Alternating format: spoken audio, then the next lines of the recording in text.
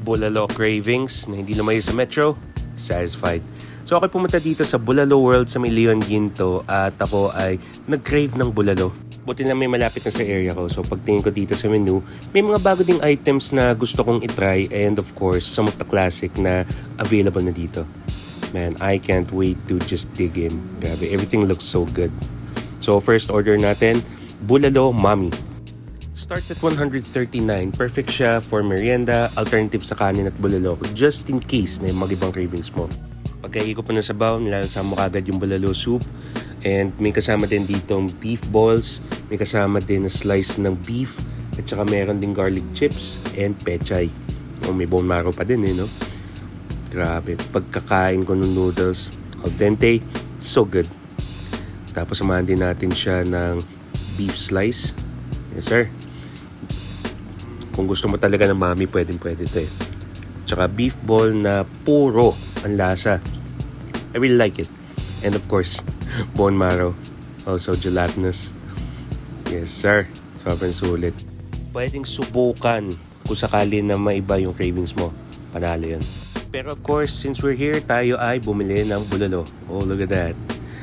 And meron din tayong tinry na bagong item which is yung inihaw na sisig. Yes sir. So, let's dig into this. Sobrang ako'y natatakam na. Kuha tayo ng konting sabaw. I really like it na sobrang clear ng broth eh. Pagkahigop mo, sobrang ganda ng timpla. Talagang unay mo muna yung sabaw bago yung laman. That was really good. Now, let's get to inihaw na sisig. I really like yung take nila dahil kasi inihaw na sisig siya tapos finish off mo siya dito sa sizzling plate. Kind of reminds me how they do it in Pampanga originally eh. So pagkahalo ng kalamansi, pagkakagat, I really like yung inihaw at smoky na flavor profile ng sisig eh. Tapos sabayan mo siya ng may kasabaw. Yes sir, nahalo yun. Now this is the classic combo, bulalo at saka crispy tawilis. Grabe ang ganda ng pagkakaluto nila. Bite off a little piece at isang kagat. Tapos samahan mo pa siya ng mainit na sabaw ng bulalo. Yes sir. Saka kahigop ko ng kanilang sabaw na sobrang tagos sa buto. Naubos eh. But they got you. Dahil kasi dito sa tabi meron silang refilling station para sa kanilang tagos sa buto na bulalo soup. Grabe. Ang ganda ng pagkakatimpla, napaka-clear ng broth at talaga mapapakuha ka na madami.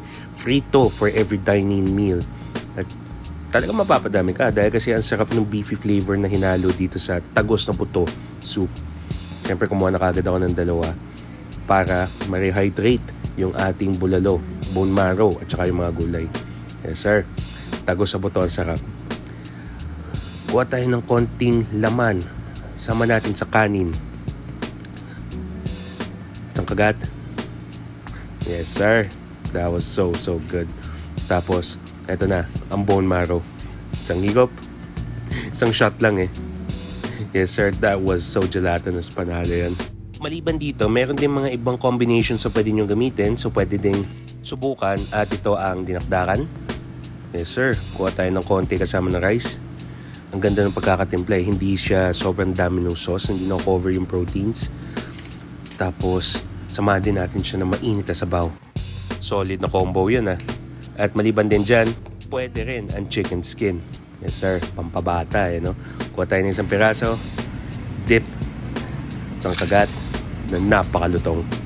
Grabe, napaka-solid nun. Tapos samahan din natin ng napakainit na sabaw, crispy, savory, and samahan din natin ng rice just to round it out. Yes sir. Panalo yan. And lastly, chicken and pork barbecue. Pwede din siyang kunin. Ito, ang chicken barbecue nila, I kinda like yung flavor. Parang may pagka-inasal vibe siya. Napakalambot ng meat. Perfect na perfect samahan ng kanin. At saka sabaw. Talagang i-enjoyin mo talaga yung tagos sa buto na sarap ng sabaw eh. Lalo na din pag sinama mo ng pork barbecue na napakalambot at napaka-flavorful. Higop ng tagos sa buto na sabaw. That was good. At syempre, panghimagas natin ay ang kanilang ice special. Ang ginawa natin yung bagong flavor na chocolate yema. So, ang ginagamit nila dito ay milky na gatas which I found very interesting dahil kasi hindi siya ganun katamis na nakakaumay at ang ganda niyang pang-cleanse ng palate. Yes sir, And you can't beat yung flavor ng chocolate. Sobrang panalo yan. Sulit, mapa-dine in o take out. Maraming salamat guys. Until next time.